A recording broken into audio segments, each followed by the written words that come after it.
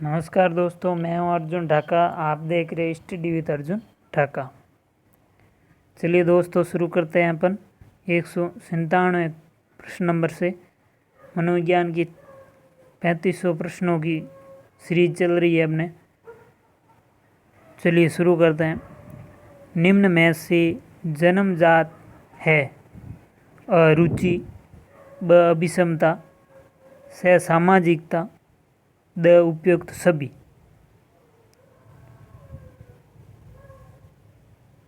तो इसमें अपन को बताना है कि जन्मजात कौन सी है।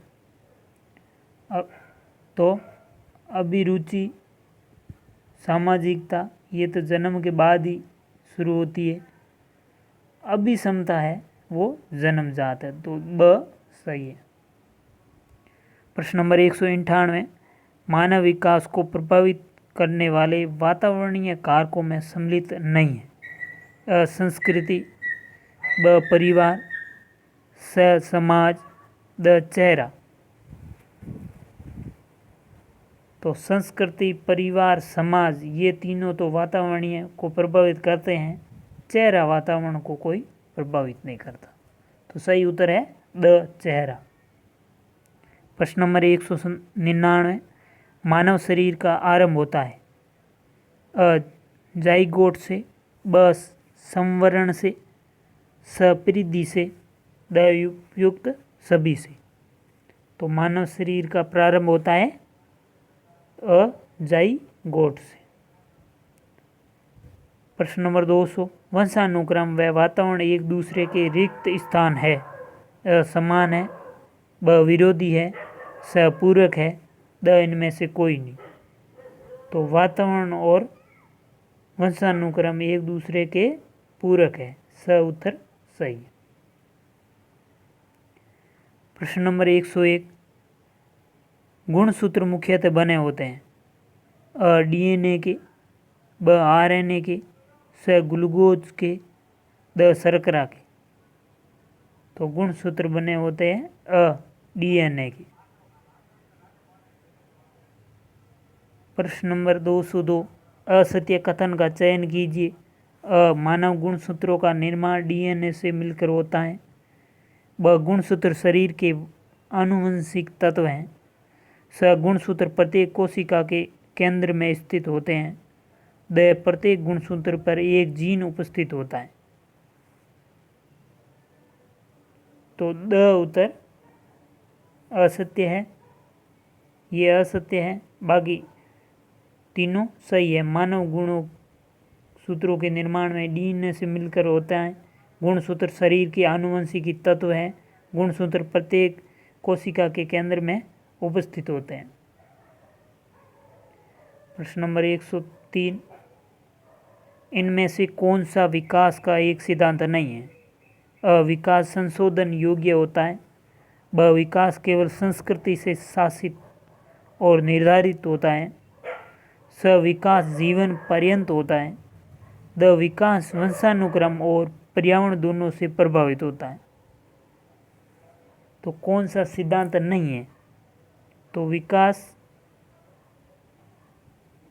वंशानुक्रम और पर्यावरण दोनों से प्रभावित होता है, ये कोई सिद्धांत नहीं है। प्रश्न नंबर 214, शिक्षा के क्षेत्र में व्यवहारवादियों का सबसे बड़ा योगदान है। अ आत्मनिरीक्षण, ब वस्तुनिष्ठता, स पाठ्यक्रम, द उपयुक्त सभी।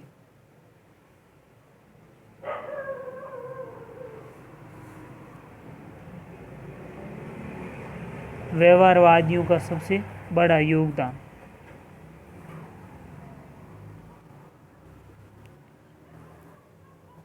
तो सही उत्तर है आत्मनिरीक्षण। प्रश्न नंबर 105, अधिगम में रिक्त स्थान ने प्रभाव का नियम दिया। अधिगम में रिक्त स्थान ने प्रभाव का नियम दिया। पावलोव, ब स्किनर, स थॉर्नडाइक, द वॉटसन। तो सही उत्तर है स अधिगम में थॉर्नडाइक ने प्रभाव का नियम दिया।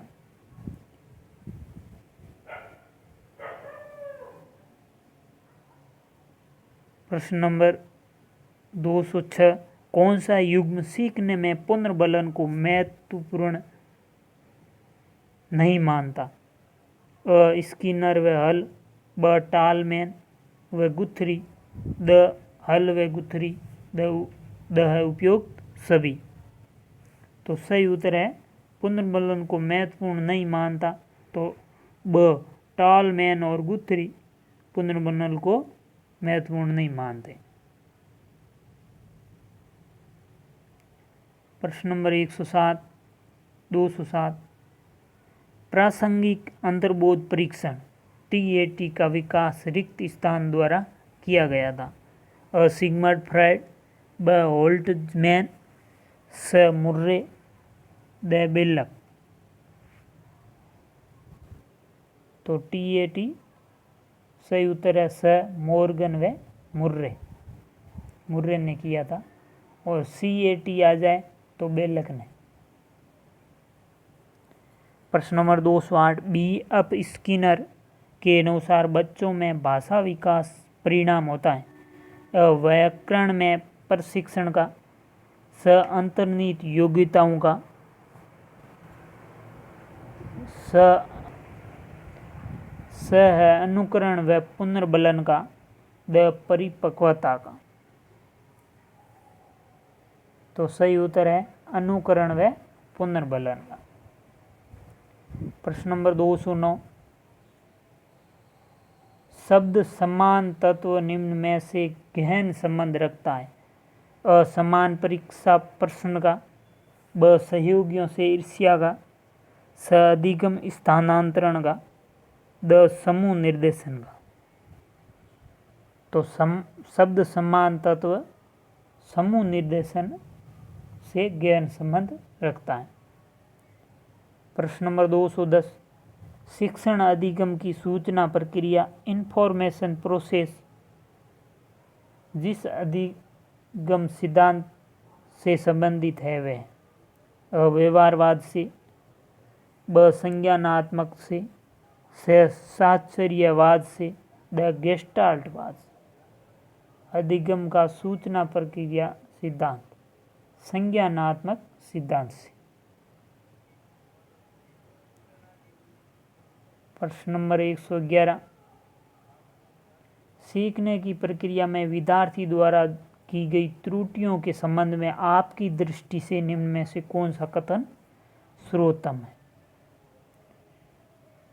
तो विद्यार्थियों की गई त्रुटियों के संबंध में आपका दृष्टिकोण पूछा है, तो विद्यार्थियों को कभी भी त्रुटियां नहीं करनी चाहिए, ब त्रुटियां अधिगम प्रक्रिया का भाग है, स विद्यार्थी की लापरवाही के कारण त्रुटियां होती हैं, द कभी कभी विद्यार्थी त्रुटियां कर सकता है। तो सर्वोत्तम कथन है त्रुटियां अधिगम प्रक्रिया का भाग है। प्रश्न नंबर 212, प्रयास व त्रुटि किस सिद्धांत पर आधारित है? अ आंशिक क्रिया पर, ब बहु अनुक्रिया पर, स मनोवृत्ति पर, द साहचर्य परिवर्तन पर।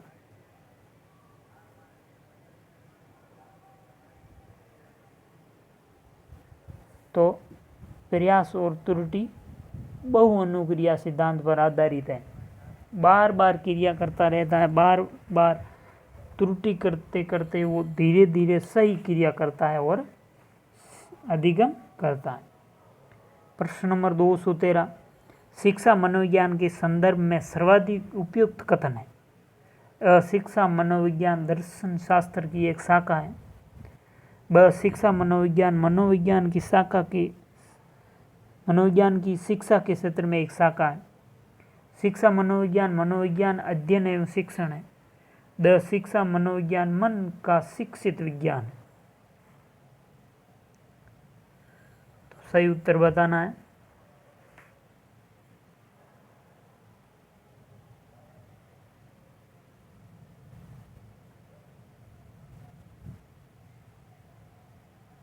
तो सही उत्तर है ब शिक्षा मनोविज्ञान मनोविज्ञान की शिक्षा के क्षेत्र में एक शाखा है।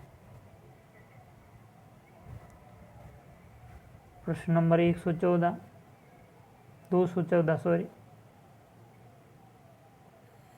बाल केंद्रित शिक्षा के लिए किस मनोवैज्ञानिक ने शिक्षा शास्त्रियों का ध्यान केंद्रित किया? कोलर ने, ब फ्राइड ने, स रूसो ने, द स्किनर ने। तो सही उत्तर है रूसो ने।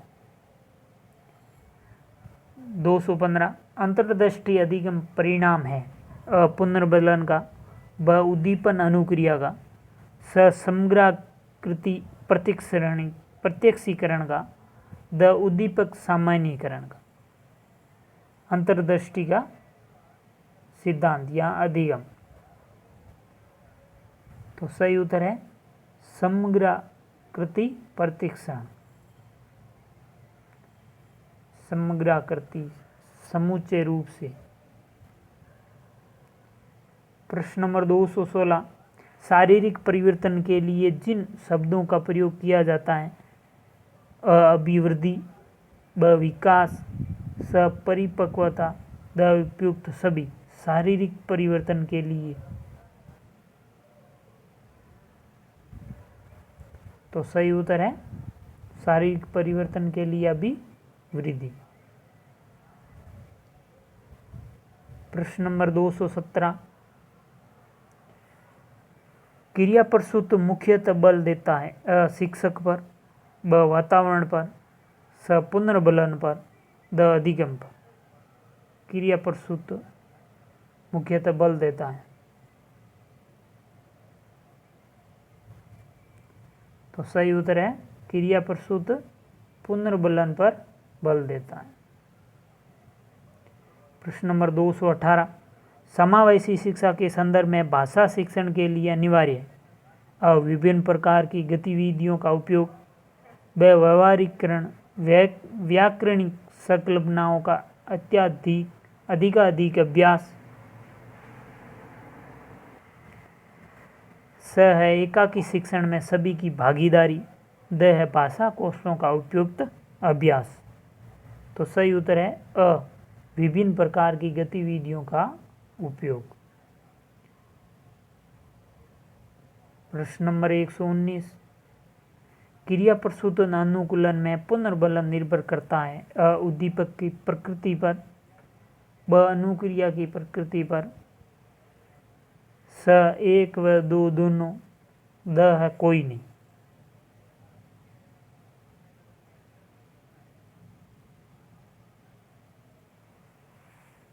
तो क्रिया प्रसूत अनुकूलन पुनर्बलन निर्भर करता है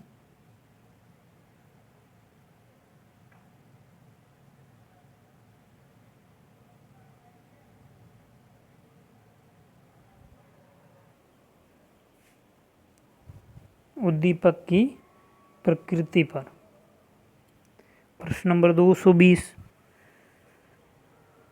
विभिन्नता का नियम प्रतिपादित किया? अ डार्विन ने, ब सोर्सन ने, स पावलोव ने, द उपयुक्त में से कोई नहीं। तो विभिन्नता का नियम प्रतिपादित किया अ डार्विन ने।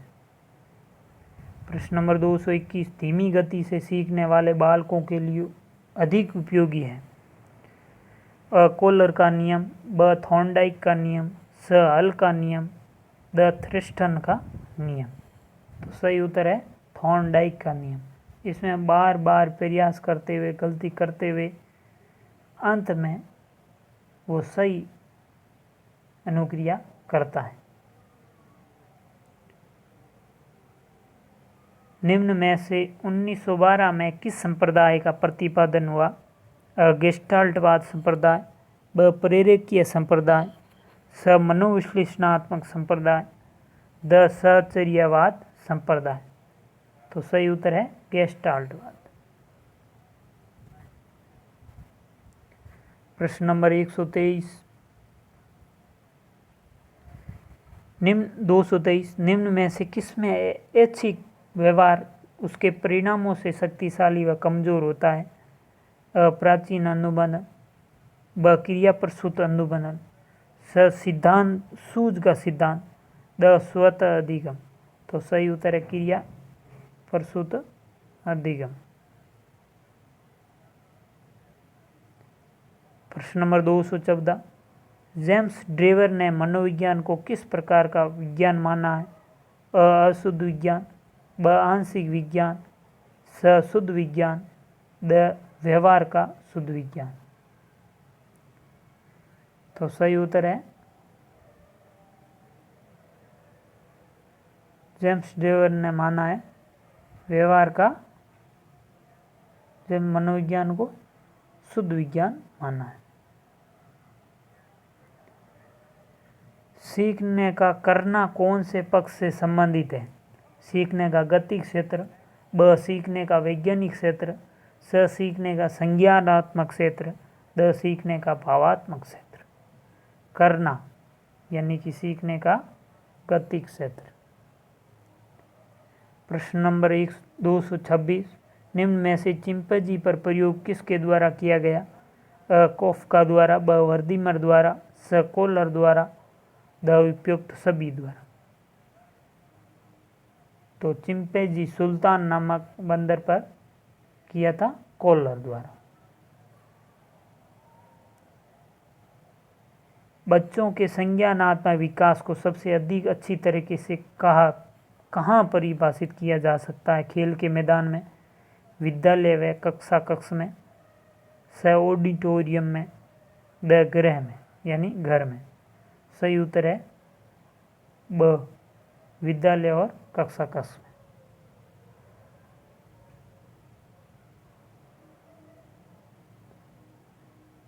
प्रश्न नंबर 227 बच्चों के संज्ञानात्मक विकास को सबसे अच्छे तरीके से कहाँ परिभाषित किया जा सकता है? ये हो गया 228वां, एक शिक्षक के लिए सबसे महत्वपूर्ण क्या है? कक्षा में अनुशासन बनाए रखना, ब कक्षा में समानुवर्ती होना, स विद्यार्थियों की कठिनाइयों को दूर करना, द एक सुव्यक्ता होना। सही उत्तर है विद्यार्थियों की कठिनाइयों को दूर करने वाला होना चाहिए। प्रश्न नंबर 229, सीखने के पठार के निराकरण के लिए क्या नहीं करना चाहिए? अ सीखने वाले को प्रेरित और प्रोत्साहन करना चाहिए, ब सीखने की अच्छी विधि का प्रयोग करना चाहिए, स उसे दंडित करना चाहिए, द इनके कारणों का अध्ययन करना चाहिए। तो सही उत्तर है सीखने वाले को प्रेरित करने और प्रोत्साहन करना चाहिए। प्रश्न नंबर 230, जिस वक्र रेखा में प्रारंभ में सीखने की गति तीव्र होती है और बाद में ये क्रमशः मंद हो जाती है, तो इसे कहते हैं उन्नतोदर वक्र, ब नतोदर वक्र, स मिश्रित वक्र, द इनमें से कोई नहीं। तो सही है उत्तर है उन्नतोदर। इसे सकारात्मक भी कहा जाता है, नकारात्मक। उन्नतोदर को नतोदर पहले धीमे बाद में तेज हो जाती है तो नतोदर यानी सकारात्मक। उन्नतोदर को नकारात्मक। समिश्रित, इसमें पहले तेज फिर धीमे फिर तेज, ऐसा आकार में बनती है मिश्रित। धन्यवाद दोस्तों।